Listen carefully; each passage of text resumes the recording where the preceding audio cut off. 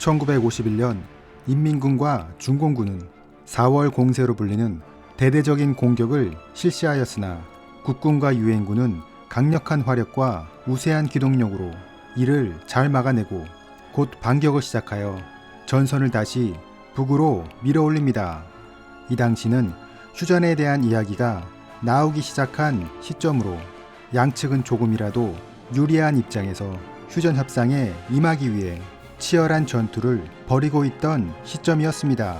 4월 공세에 실패한 중공군은 다시 한번 대규모 공격을 준비하게 되는데 이것이 5월 공세입니다. 유엔군은 항공 정찰을 통해 대규모의 군대와 보급 차량이 연천에서 화천 지역으로 이동하고 있는 모습을 확인하였고, 또한 포로들의 진술을 통해 중공군의 대규모 공세가 곧 시작된다는 사실을 확인하게 됩니다. 중공군은 이번 공세에서 중동부 전선에 15개의 사단을 투입하기로 결정하였으며 그 중에서도 한국군 사단을 주 타겟으로 삼았습니다.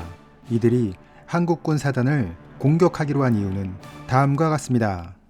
한국군은 미군보다 화력과 장비가 열세이므로 공격하기 쉽다. 한국군은 산악지역에 주로 배치되어 있으면서도 산악전에 약하다. 한국군은 야간 전투에 약하다. 한국군을 공격하면 미군의 무기와 장비를 노획할 수 있다. 미군은 5월 초까지만 해도 중공군의 이러한 병력 이동이 그들의 기만작전이고, 유엔군이 이에 대항하여 서부 지역 병력을 동부로 이동시키면 그 사이 중공군이 서부 지역을 공격할 것이라 판단했습니다. 하지만 적의 병력과 물자가 계속 동쪽으로 이동하자 그들이 동부 전선을 목표로 하고 있다는 것을 파악하고 미8군 사령관 벤플리트 장군은 현재 진행되고 있는 공격을 전면 중지하고 방어태세로 전환하며 적에게 한 채의 땅도 빼앗기지 말 것을 지시합니다. 당시 중동부 전선은 미 10군단과 국군 상군단이 담당하고 있었으며 10군단 예하에는 미 1 해병사단, 미 2사단, 국군 5사단, 국군 7사단이 있었고 3군단 예하에는 9사단, 3사단이 배치되었습니다. 1951년 5월 16일 16시 인민군과 중공군의 대규모 공세가 시작됩니다. 초반에는 국군 7사단 지역으로 적의 공세가 심했는데 무려 3개 사단이 동시에 공격해 들어왔습니다. 당시 7사단은 소양강 남쪽 방면에서 적의 도하를 막기로 하고 좌전방에 8연대, 우전방에 5연대를 두고 후방의 예비로 3연대를 배치하고 있었습니다. 7사단은 적의 소양강 도강을 막아보려 하였으나 그들이 제2, 제3 공격을 실시하면서 점차 밀리게 되고 결국 그날 밤 후방으로 철수를 시작합니다. 당시 중공군의 일부 부대는 국군과의 전투를 피하고 후방을 차단하기 위해 신속히 남하하기 시작했는데 이때 철수하는 국군이 중공군을 뒤따라 내려오는 기현상이 발생하기도 했습니다. 7사단장 김영일 준장은 예하 부대에 전선을 유지하면서 축차적으로 철수하라는 지시를 내리지만 통신 연결이 끊어져 제대로 전달되지 못했고 겨우 전달된다 하더라도 이미 상황이 악화되어 있어 예하 부대들은 자체적으로 무질서한 철수를 진행하고 있었습니다. 5월 17일 03시 인접해 있던 9사단은 7사단이 크게 패하여 후퇴하고 있다는 사실을 파악하고 상황이 매우 심각하게 전개되고 있다는 것을 깨닫습니다. 그래서 9사단장과 3사단장은 3군 단장 유재흥 소장에게 군단의 차량을 오미제 너머의 상남리로 철수시키자고 건의합니다. 하지만 군단장은 다음과 같은 이유로 철수를 보류합니다. 야간에 많은 차량이 한꺼번에 이동하면 병사들에게 후퇴하는 인상을 주어 사기가 떨어진다. 미 10군단의 상황 추이를 물어본 바 전선에 별다른 이상이 없다고 하니 조금 더 기다려보자. 설령 7사단의 방어선이 돌파되었다 하더라도 예비대를 투입하면 중공군의 진출을 막을 수 있다. 요충지인 오미제는 주 저항선으로부터 25km 후방에 있기 때문에 금일 오후까지는 시간이 있다.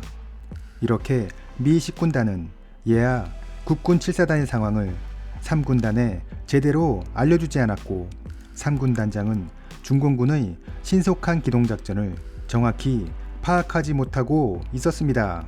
그리고 군단장의 기대와는 달리 3군단은 이미 심각한 상황에 빠져 있었습니다. 잠시 전인 00시 30분 단대움 이상의 적 중대병력이 7사단 후방에 위치한 오미제 부근의 도로에 장애물을 설치하여 도로가 차단되는 상황이 발생합니다. 이렇게 오미제가 점령당함으로 해서 현리전투의 악몽이 시작된 것입니다. 당시 451번 도로는 3군단의 유일한 기동로이자 보급로 그리고 철수로였는데 그 중에서도 오미제는 매우 중요한 위치에 있었습니다. 5월 공세가 있기 전 미 8군 사령부는 각 군단에 대한 배치를 실시하면서 오미제를 미 10군단 예하 국군 7사단 지역에 배속시킵니다. 3군단은 보급로의 핵심 지역이라 할 수 있는 오미제가 다른 군단의 작전 지역에 들어갔다는 것은 자신들의 운명을 그들에게 맡기는 결과가 되기 때문에 이를 인정할 수 없어 예하 9사단의 1개 대대 병력을 오미제에 배치시킵니다.